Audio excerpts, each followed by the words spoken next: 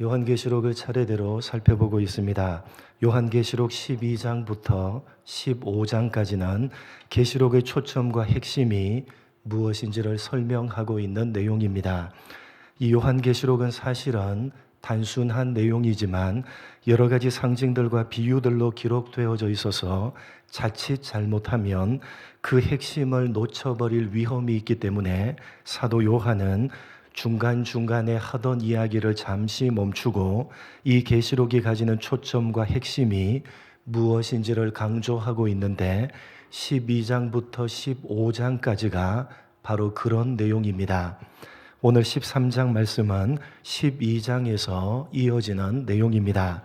예수님이 승천하신 이후에 패배한 사탄은 자신의 때가 얼마 남지 않은 줄을 알고 얼마 동안 42달 1260일 3년 반 동안, 즉 정해진 일정한 기간 동안 세상에 있는 성도들을 핍박하는데, 그러한 핍박을 통해서 성도들이 하나님의 백성으로 양육을 받게 됩니다.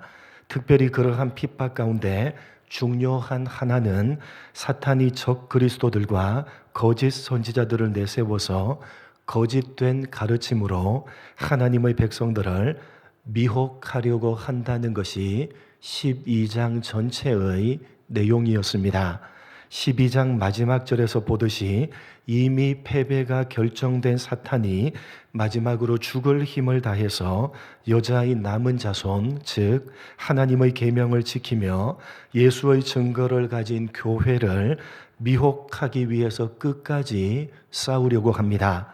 어떤 방법으로? 사탄이 자신을 대신하여 싸울 대리자를 내세우는 것입니다.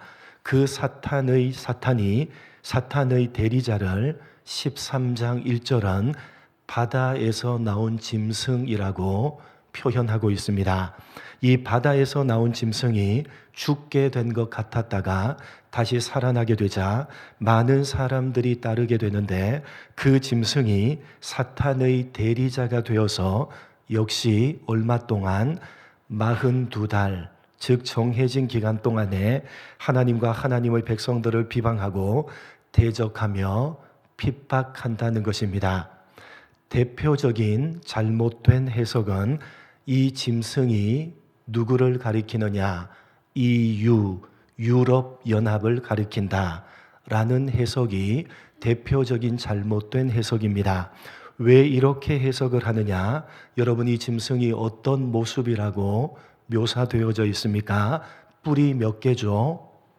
뿔이 10개이고 그 뿔에는 10개의 왕관이 있다라고 되어져 있으니까 각각 나라의 대통령, 즉 왕관을 쓴 사람들이 있는데, 그런 10명의 왕관을 쓴 사람들이 하나로 뭉쳐진 것이니까 유럽연합이라는 것입니다. 그래서 마치 이 10개가 하나의 나라인 것처럼 유로화라고 하는 화폐를 만들어내고 하나의 나라처럼 자유롭게 드나들 수 있게 했기 때문에 바로 이 유럽연합이 장차 한 사람의 대통령을 세울 것인데, 그 대통령이 바로 사탄의 대리자인 적그리스도다라는 해석입니다. 왜 유럽연합으로 연결을 시켰느냐? 1980년대 초반에 유럽연합의 회원국 수가 10개국이었습니다. 그리고 그때 그 영향력이 세계적으로 확연히 드러나고 있었습니다. 그래서 요한계시록에 나오는 10뿔 달린 짐승을 당시 10개국이었던 유럽연합과 연결시켜서 장차 유럽연합이 통합 대통령을 세워서 세계를 지배하며 하나님의 백성들을 대적하게 될 것이다 라고 상상력을 발휘해서 끼워 맞추기식으로 해석을 했던 것입니다. 여러분, 요한계시록은 현재 일어나고 있는 어떤 일과 계시록을 연결시켜서 해석해서는 절대로 안 되는 것입니다. 여러분, 생각해 보십시오. 만약 지금 현재 일어나고 있는 어떤 일과 계시록을 연결시켜서 해석해버리면 1세기 당시에 이 계시록을 직접 편지로 받아봤던 초대교회 사람들에게는 의미가 있습니까? 없습니까? 의미가 없지 않습니까? 이 13장에 나오는 바다에서 나온 10불 달린 짐승이 EU, 유럽연합이라면 1세기 당시의 사람들에게 이 내용이 도대체 무슨 의미가 있겠습니까? 그러니까 지금 현재 혹은 미래에 일어나는 어떤 사건과 계시록을 연결시켜서 해석하는 것은 전형적인 계시록을 해석하는 잘못된 해석입니다. 이 계시록의 내용들은 1세기 당시 초대교회 사람들에게도 의미가 있어야 하고 지금 현재 우리들에게도 그리고 앞으로 미래의 사람들에게도 의미가 있어야지만 올바른 해석입니다. 왜냐하면 종말이라는 개념이 바로 그런 의미이기 때문입니다. 우리들은 종말이라는 개념을 자꾸만 시간적인 개념으로 이해합니다. 이 세상이 끝나는 어떤 시점이 있을 것인데 그 끝나는 시점 바로 직전에 마지막 시간으로 종말을 이해하는데 잘못된 이해입니다. 여러분 여러 차례 설명을 드렸듯이 성경이 사용하고 있는 특별히 이 요한계시록이 사용하고 있는 종말이라는 개념은 시간적인 개념이 아니라 무슨 개념? 순서적인 개념입니다. 종말에 대한 그 때와 그 시는 즉 시간적으로는 안다 모른다. 종말을 시간적으로는 아무도 모릅니다. 심지어 누구조차도 모른다. 예수님조차도 모른다 라고 말씀하셨습니다. 우리는 절대로 시간적인 개념을 넣어서 이 종말을 이해하면 틀리는 것입니다. 여러분 그렇기 때문에 이 종말을 시간적으로 생각해서 이 세상이 끝나는 마지막 시점 바로 직전의 얼마간의 시간으로 이해를 하면 시간적인 개념이 들어가는 것이기 때문에 무조건 틀리는 것입니다. 시간적인 개념이 아니라 순서적인 개념입니다. 마지막 순서만 남았다라는 의미에서 종말입니다. 여러분 이 세상의 마지막 순서가 무슨 순서입니까? 무슨 순서로 이 세상이 마지막이 됩니까? 누가 오시면 예수님이 재림하시면 이 세상은 끝입니다. 재림이 이 세상의 마지막 순서입니다. 그 마지막 순서만 남았다는 것입니다. 그것이 종말입니다.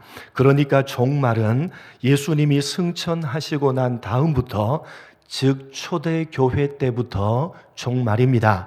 그리고 시간적으로는 2000년이라는 시간이 흘렀지만 지금도 여전히 종말입니다. 아니 종말이 뭐가 이렇게 깁니까? 라고 생각하는 사람은 자꾸만 종말을 무슨 개념으로? 시간적인 개념으로 잘못 생각을 하는 겁니다. 아니 종말이 뭐가 이렇게 길어?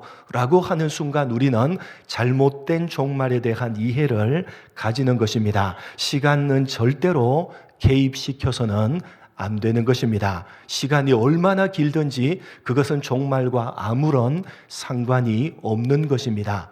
순서적인 개념이기 때문입니다.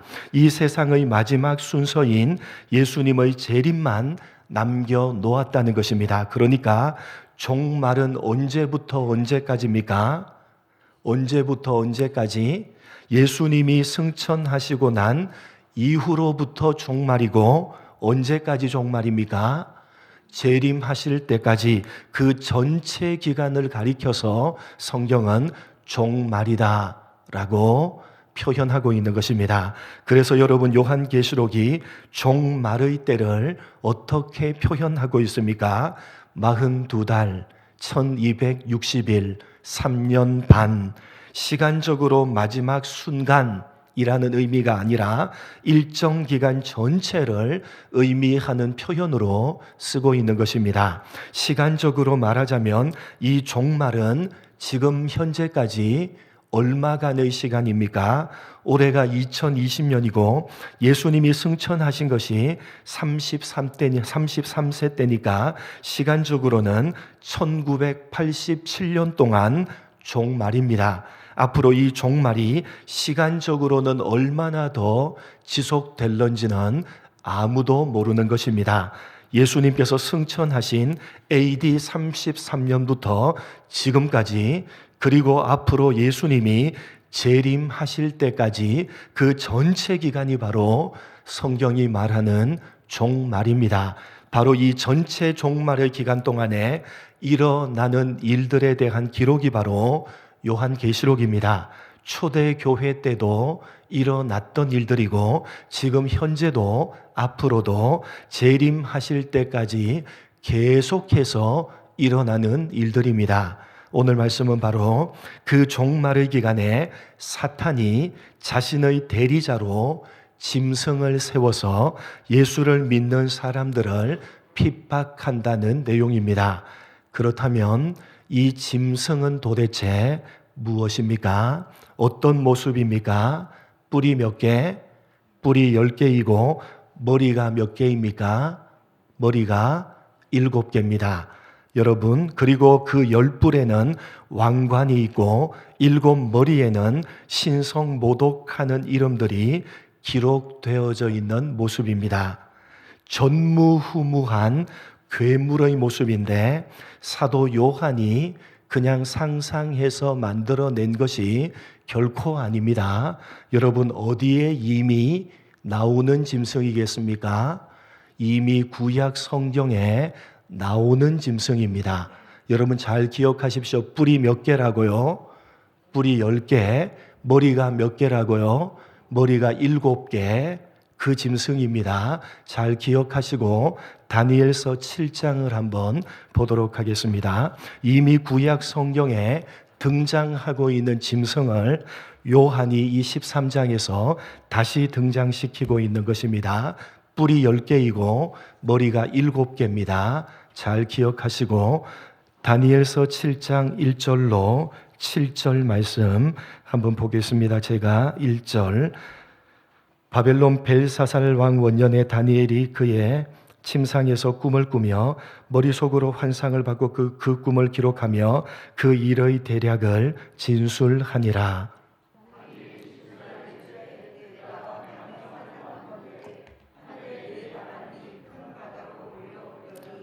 큰 짐승 넷이 바다에서 나왔는데 그 모양이 각각 다르더라.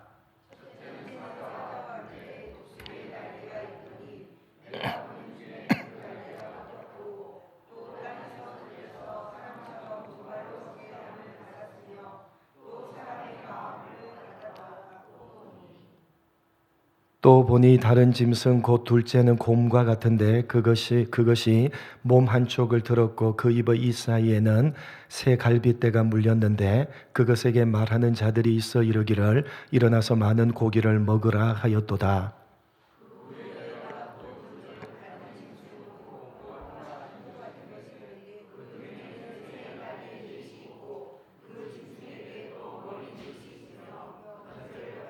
같이 읽겠습니다. 내가 밤 환상 가운데에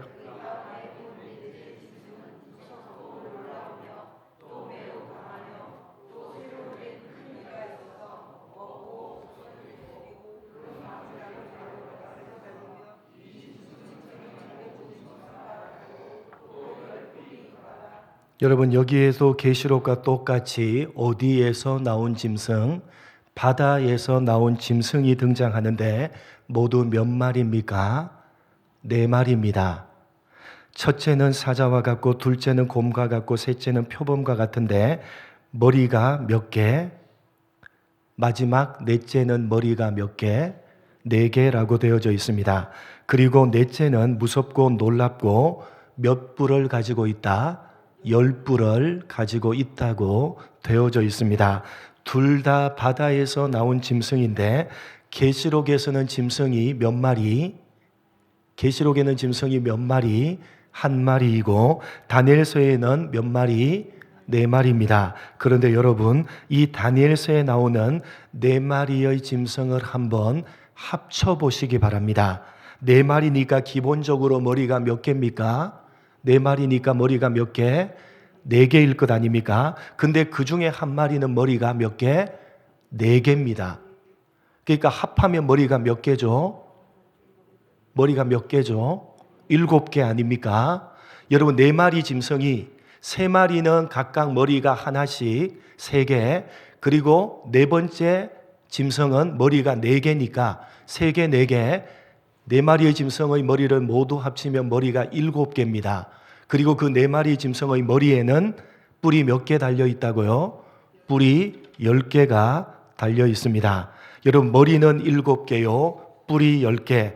정확하게 계시록에서 나오는 짐승입니다. 바다에서 나온 짐승, 이 다니엘서에서 끌어온 표현입니다. 그러면 이 다니엘서 7장에 나오는 짐승은 무엇을 의미합니까? 다니엘서 7장 15절로 17절, 여러분이 다니엘서에서 끌어와서 지금 요한계시록 13장에 바다에서 나온 짐승을 묘사하고 있는 것입니다. 그러니까 다니엘서 7장의 이 짐승은 어떤 짐승이냐? 15절로 17절 말씀 같이 한번 보겠습니다. 나 다니엘이 중심에 근심하며 내 머릿속에 환상이 나를 번민하게 한지라.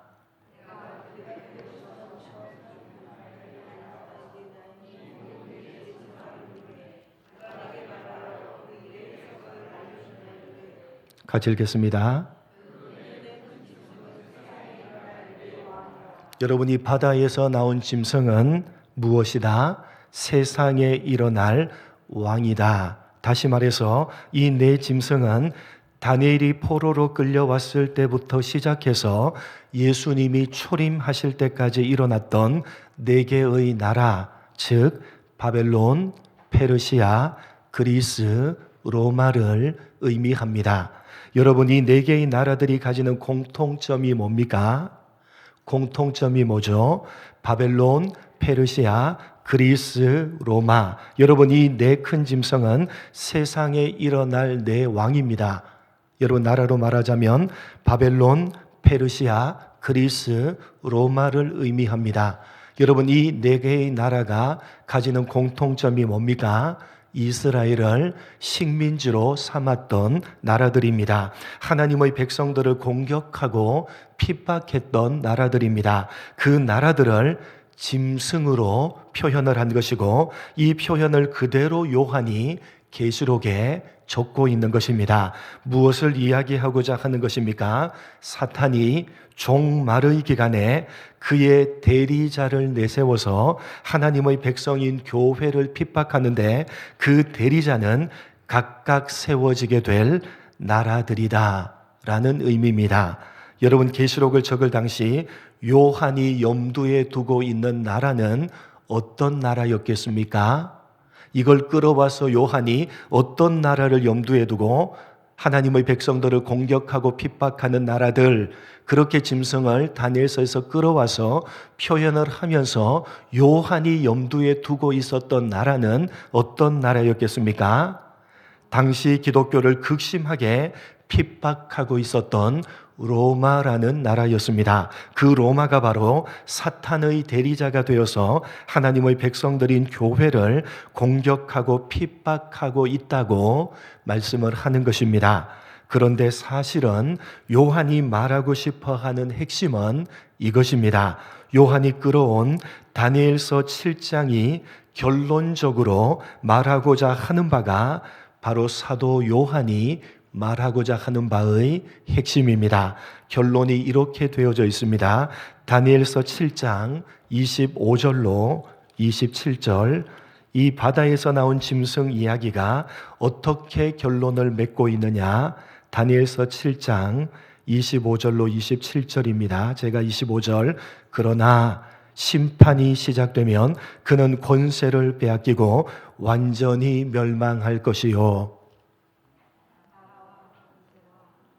네, 죄송합니다. 26절에서 26절, 27절 두 절 읽겠습니다. 시작.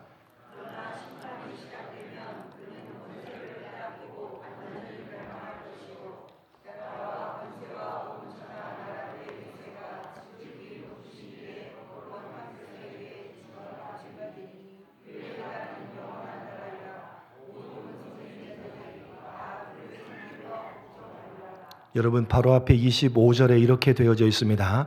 그가 장차 지극히 높으신 이를 말로 대적하며 또 지극히 높으신 이의 성도를 괴롭게 할 것이며 그가 또 때와 법을 고치고자 할 것이며 성도들은 그의 손에 붙임받으어 한 때와 두 때와 반 때를 지내리라. 그러나 심판이 시작되면 그는 권세를 빼앗기고 완전히 멸망할 것이요. 여기서도 계시록과 동일하게 한 때와 두 때와 반 때, 3년 반, 42달, 1260일만, 다시 말해서 일정하게 정해진 기간 동안만 사탄의 대리자인 짐승이 하나님의 백성인 교회를, 성도들을 핍박할 것이다 라고 말씀하면서 그러나 하나님의 심판이 시작되면 그들은 완전히 멸망할 것이고 결국은 하나님의 백성들과 하나님의 나라가 승리하게 될 것이다 라는 것이 다니엘서 7장 바다에서 나온 짐승 이야기의 결론입니다. 사도 요한이 바로 13장에서 말하고자 하는 핵심입니다. 지금은 로마라는 나라가 사탄의 대리자가 되어서 기독교를 극심하게 핍박하고 있지만 성도들아, 그러나 하나님의 심판이 시작되면 그는 권세를 빼앗기리라. 결국은 누가 승리하게 될 것이라? 결국은 하나님의 백성들이 승리하게 될 것이라. 다니엘서 7장이 말하는 결론이고 그것을 끌어와서 오늘이 계시록 13장에서 사도 요한이 성도들에게 말하고자 하는 핵심인 것입니다. 사랑하는 성도 여러분, 이 종말의 때에 사탄은 그의 대리자들을 내세워서 하나님의 백성들인 우리를 핍박하고 있습니다. 또 앞으로 그렇게 핍박할 것입니다. 다니엘 당시에는 바벨론이라는 나라였고 사도 요한 당시에는 로마라는 나라였습니다. 그리고 지금 우리에게는 이 대한민국이라는 나라입니다. 여러분 오해는 하지 마시기 바랍니다. 이 대한민국이라는 나라가 마치 로마처럼 하나님의 백성들을 핍박한다, 그런 이야기는 아닙니다. 여기에서 나라라는 말은 세상 나라, 즉 세상을 의미하는 것입니다. 교회는 세상 밖을 벗어나서 산속에 존재하지 않고 세상 한가운데 존재합니다. 그런데 세상은 끊임없이 세상적인 가치와 세상적인 방식을 따라서 세상적인 원리로 세상을 위해서 살아갈 것을 우리들에게 강요합니다. 그러나 하나님의 백성된 우리는 비록 세상에 발을 디디고 살아가지만 세상적인 가치와 세상적인 방식과 원리를 따라서 세상을 위해서 살아가서는 안 되는 것입니다. 우리는 세상을 따라서 사는 사람이 아니라 세상의 빛이어야 하고 소금이어야 합니다. 여러분, 이 세상에 빛을 비추려면 어떻게 해야 합니까? 자신의 심지를 태워야 하는 것입니다. 여러분, 이 세상의 소금이 되려고 하면 어떻게 해야 됩니까? 자기 자신을 녹여야만 되는 것입니다. 세상의 원리, 세상의 방식과는 다르게 살아야 되는 것입니다. 자신의 심지가 태워지는 한이 있어도, 자신이 녹아지는 한이 있어도 세상 속에서 세상의 원리와 방식과는 다르게 살아야 되는 것입니다. 그래서 세상은 우리를 핍박할 수밖에 없는 것입니다. 자신과 다르기 때문입니다. 사랑하는 성도 여러분, 사탄은 끊임없이 복잡하게 살지 말고 세상을 따라서 살라고 속삭입니다. 세상적인 가치를 따라서, 세상적인 원리와 방식을 따라서 살라고 우리를 끊임없이 유혹합니다. 그리고 그러한 세상의 요구를 거절하면 세상은 우리를 핍박합니다. 여러분, 예수를 믿고 살아가는데 아무런 고민도, 아무런 걱정도, 염려도 없다, 고난과 어려움도 전혀 없다, 그건 뭔가 문제가 있는 것입니다. 성경은 분명하게 우리들에게 가르칩니다. 무릇 하나님 안에서 경건하게 살고자 하는 자는 무엇을 받으리라? 핍박을 받으리라. 여러분 말씀대로 한번 세상에서 살아보시기 바랍니다. 쉽습니까? 쉽지 않습니까? 여러분 말씀대로 세상에서 한번 살아보려고 하면 쉽습니까? 쉽지 않습니까? 쉽지 않습니다. 참으로 만만치 않습니다. 세상은 끊임없이 우리를 공격하고 오늘 본문 6절에서 보듯이 말씀대로 사는 우리를 비방하고 조롱할 것입니다.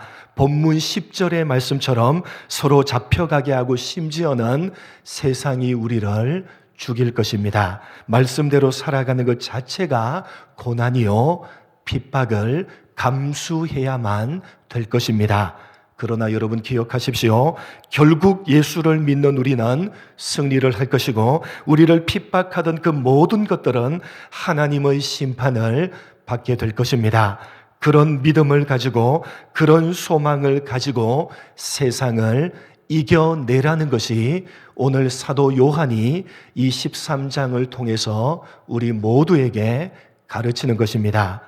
성도들의 인내와 믿음이 바로 여기에 있느니라. 지금은 세상이 활기를 치고 있고 지금은 세상이 이 세상의 주인인 것 같지만 이 세상을 거스러서 하나님의 말씀을 부여잡고 세상을 하나님의 말씀을 따라서 살려고 하면 세상은 끊임없이 우리를 힘들게 하고 우리를 어렵게 하고 우리를 핍박을 하지만 그러나 결국 하나님께서 그 세상을 심판하실 것이요 인내와 믿음을 가지고 말씀을 따라서 살아가는 성도들은 결국은 승리하게 될 것이다. 이런 믿음과 이런 인내를 가지고 이 종말의 때를 살아가라고 말씀하는 것입니다. 여러분 이 말씀을 굳게 붙드시고 세상의 가치, 세상의 원리와 방식에 휩쓸려서 세상 사람들과 동화되어서 세상 사람들과 조금도 구별함이 없이 방불한 것 같이 마치 창세기 5장에 하나님의 아들들이 세상의 딸들과 방불하게 그렇게 동화되어서 살아갔듯이 그렇게 여러분 살아가지 마시고 이 세상 속에서 여러분 인내를 가지시고 믿음을 붙드시고 어떤 유혹과 어떤 속삭임과 어떤 어려움이 있더라도 말씀대로 살기를 몸부림치시기 바랍니다. 여러분 비록 불이익을 받는다 할지라도 비록 세상에서 손해를 본다 할지라도 하나님의 백성들로서 세상과 구별되게 살아가심으로 이 종말의 때를 제대로 승리하며 살아가시는 여러분 모두가 되시기를 주님의 이름으로 간절히 축복합니다. 하나님 아버지, 종말의 때의 사탄은 바다에서 나온 짐승 세상을 그 대리자로 내세워서 세상의 원리와 세상의 가치를 따라서 살지 않으면 핍박을 하고 고난을 주며 힘들게 하며 조롱하며 비웃으며 하나님 아버지 그렇게 우리를 핍박하는 상황 가운데 놓여져 있다는 사실 하나님 아버지 오늘 말씀을 통해서 가슴 깊이 새기는 우리가 되게 하여 주옵소서.